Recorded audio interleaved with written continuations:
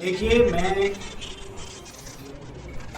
फख्र के साथ कह सकता हूँ हमारे समाजवादी पार्टी के सभी झंडे अपनी जो क्षमताएं हैं उस पूरी क्षमता के साथ आजमगढ़ के विकास में लगे हैं।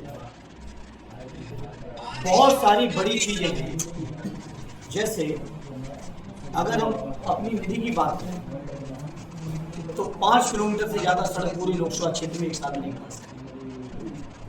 सरकार के फंड की जरूरत पड़ती ही पड़ती है बड़ी समस्याओं के समाधान में, और बीजेपी की सरकार आजमगढ़ से लेके जितने भी समाजवादी गढ़ हैं उन सब की उपेक्षा कर रही है, सौतेला व्यवहार कर रही है। हम लोगों से प्रस्ताव तो मांगे जाते हैं लेकिन कभी उस पर एक भी स्वीकृति नहीं दी जाती है। इसलिए हम आजमगढ़ वालों से कहेंगे, और आजमगढ़ वाले खुद ही जान रहे हैं कि यहाँ की तरक्की विकास तभी होगा जब समाजवादियों की सरकार होगी।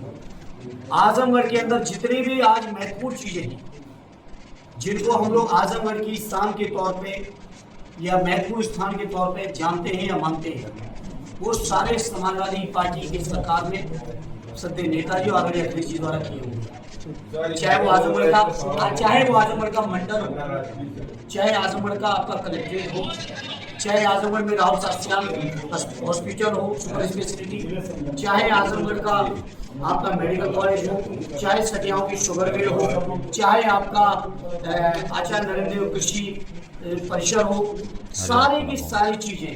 और ये जो एक्सप्रेस वे जिसकी वजह से आजमगढ़ को एक नई तरक्की का रास्ता मिला, ये भी डिजाइन आदरणीय अखिलेश यादव जी। सर, बंदर भगाने के लिए कितने पैसे लगे?